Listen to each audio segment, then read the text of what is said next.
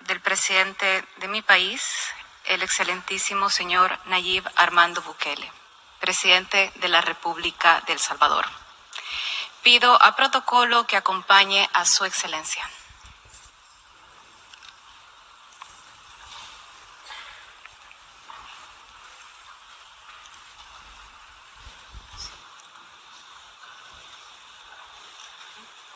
En nombre de la Asamblea General, tengo el honor de dar la bienvenida a Naciones Unidas al excelentísimo señor Nayib Armando Bukele, presidente de la República de El Salvador, y de invitarlo a dirigirse a esta Asamblea. Señora Presidenta de la Asamblea General, Griselda, una compatriota nuestra y nuestra embajadora ante las Naciones Unidas, excelentísimos jefes de señores de Estado y de Gobierno, honorables miembros de las diferentes delegaciones, mi esposa Gabriela y mi hija Laila, señoras y señores, y principalmente a los hermanos de todas las naciones del mundo.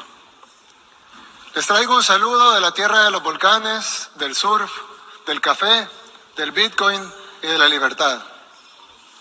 Casi todo lo anterior es fácilmente verificable. Cualquiera que vaya a El Salvador encontrará las mejores playas para surfear del mundo. Volcanes por todas partes, un café increíble, podrá caminar con paz y tranquilidad por cualquier rincón de nuestro país y especialmente encontrará un pueblo unido luchando por su libertad. Y eso es precisamente lo que vengo a hablar en este podio, en la Asamblea General de las Naciones Unidas, de libertad. La que añora mi pueblo y la que añoran todos los pueblos del mundo. Y es que libertad es una palabra que se dice muy fácil, pero que requiere de lucha, perseverancia y muchos sacrificios para que sea verdadera. La libertad de escoger hacia dónde vamos y cómo lo queremos lograr. La libertad de definir nuestro camino como seres humanos. Pero para ser libres, como mucho de lo que nos define, depende de cómo nos ven los demás, pero principalmente de cómo nos vemos a nosotros mismos. Por lo tanto, además de decidir que queremos ser libres, es requisito indispensable que los poderosos respeten nuestra libertad. Yo vengo de un pueblo que durante mucho tiempo se vio a sí mismo como menos que los demás. Vengo de un pueblo donde nunca habíamos tenido el valor de tomar nuestras propias decisiones. Vengo de un pueblo donde nuestro destino siempre fue controlado por otros. Vengo de un pueblo que solamente es dueño del país más pequeño del continente americano y que incluso esa pequeña propiedad sobre ese pedacito de tierra, que apenas se ve en el mapa, no es respetada por países que tienen muchísimo más territorio que nosotros, muchísimo más dinero y muchísimo más poder, y que piensan correctamente que son dueños de sus países, pero piensan incorrectamente que también son dueños del nuestro. Y es que un grupo de países poderosos no solo tienen mucho más que todos los demás, sino que también creen que son los dueños de lo poco que tenemos los países que no somos poderosos. Es como si alguien viviera en una casita muy pequeña y humilde, pero que tuviera un vecino muy, muy rico, cuya casa es un hermoso, gigantesco palacio, con inmensas extensiones de tierra y tesoros inimaginables. Quien vive en la pequeña casita respeta y admira a su vecino. No le molesta que sea inmensamente más rico que él. Él está feliz en su pequeña casita, pero ha decidido mejorarla, pintarla, arreglarla y amueblarla mejor. Con esfuerzo, claro, pero está seguro que valdrá la pena. Todo bien hasta ahí. Hasta que el vecino rico decide que su vecino pobre no tiene el derecho de arreglar su casa. No tiene el derecho de comprar otros muebles o pintar las paredes. El vecino rico ha decidido que no solo es dueño de su palacio, sino que también puede ir a dar órdenes a la pequeña casa de su vecino pobre. Y la orden es que todo tiene que seguir mal, como estaba antes. Los arreglos no están autorizados. El vecino pobre no tendría por qué adversar a su vecino rico. No tiene por qué envidiarlo o aspirar a tener lo que el vecino rico tiene. No tiene por qué pretender que irá a su palacio a darle órdenes o a exigirle que cambie el color de su mármol. Pero el vecino pobre sí debe tener al menos el derecho de limpiar su casa, pintar sus paredes, cambiar sus muebles, sembrar flores en su jardín y cambiar su techo por uno que no tenga goteras y que lo proteja de la lluvia. Eso no puede molestar al vecino rico. Él no puede exigirle que vuelva a poner los muebles viejos, que corte las flores, que despinte las paredes, que quite el techo nuevo, que además le está funcionando para poner el techo viejo que había antes, con el agravante que ese techo con goteras nunca sirvió. El vecino rico no tiene ninguna autoridad para exigirle a su vecino pobre que regrese al pasado, porque no tendría por qué pretender mandar en casa ajena. En segundo lugar, porque ese vecino pobre ya intentó seguir las órdenes de su vecino rico y no le pudo haber ido peor. Y en tercer lugar, porque lo que está haciendo está funcionando por primera vez. ¿Por qué debería su vecino obligarlo a regresar a como estaba antes? ¿Con qué objetivo? ¿Para lograr qué? ¿Acaso no debería estar feliz que su vecino pobre esté un poco mejor que antes? Por eso digo que la libertad es algo por lo que aún luchamos en nuestro país, en El Salvador. Porque si bien somos libres y soberanos e independientes en papel, no lo seremos de verdad hasta que los poderosos entiendan que queremos ser sus amigos, que los admiramos, que los respetamos, que nuestras puertas están abiertas de par en par para comerciar, para que nos visiten, para construir las mejores relaciones.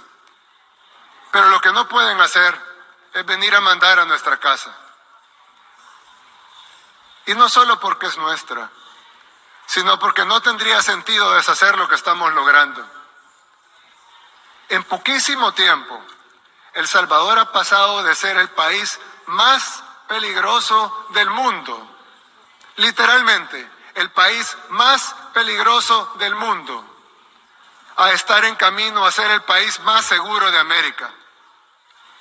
Pasamos de ser un país para muchos desconocido, y los pocos que lo conocían por las pandillas, por los muertos, por la violencia, por la guerra.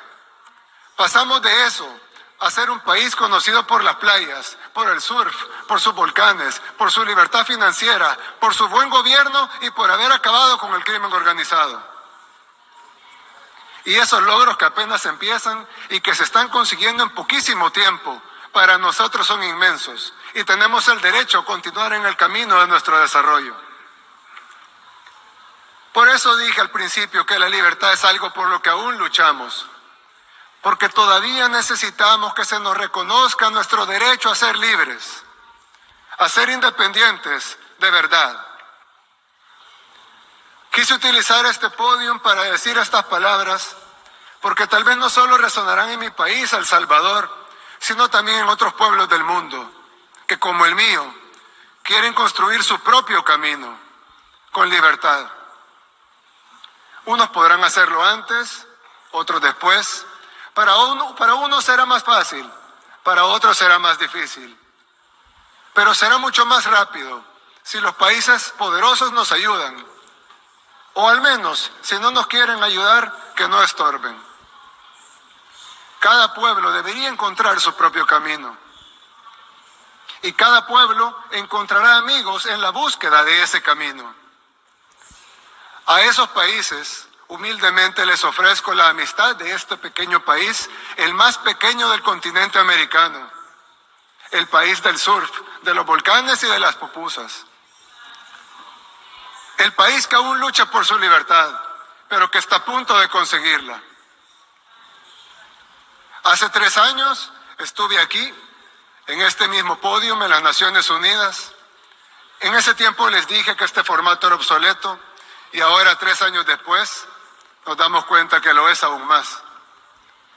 Pero tal vez aún sirva de algo, tal vez sirve entre muchas otras cosas para que este representante de este pequeño país, el más pequeño del continente americano, humildemente les recuerde que estas Naciones Unidas no se crearon para dividir, para destruir o para someter, sino para relacionarnos, para trabajar juntos, para construir una mejor comunidad de países y para buscar soluciones a los problemas del mundo.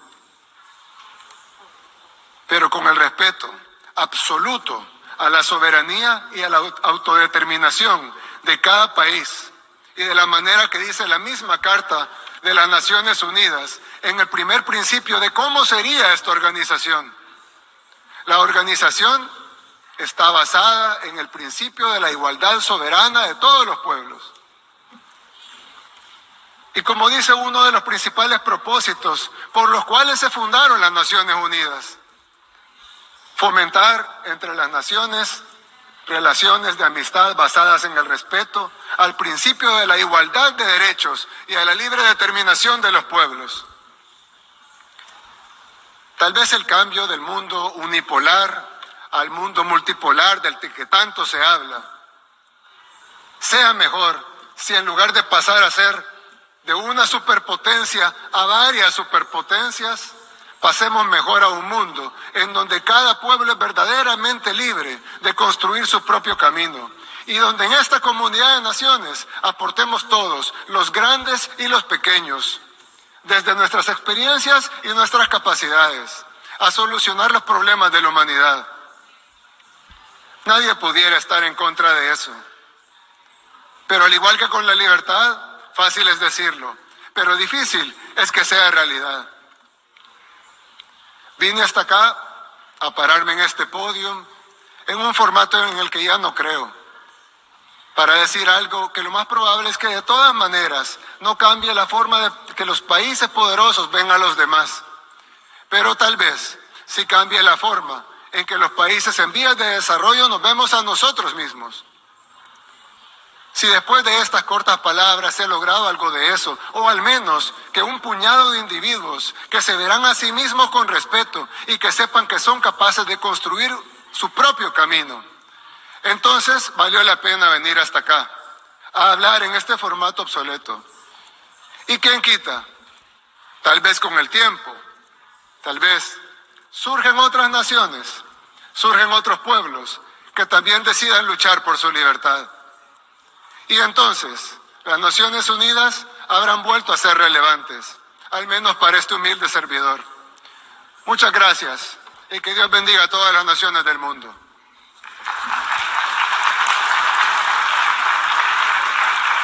En nombre de la Asamblea, deseo agradecer al presidente de la República de El Salvador la declaración que acaba de formular y pido a protocolo que acompañe a su excelencia.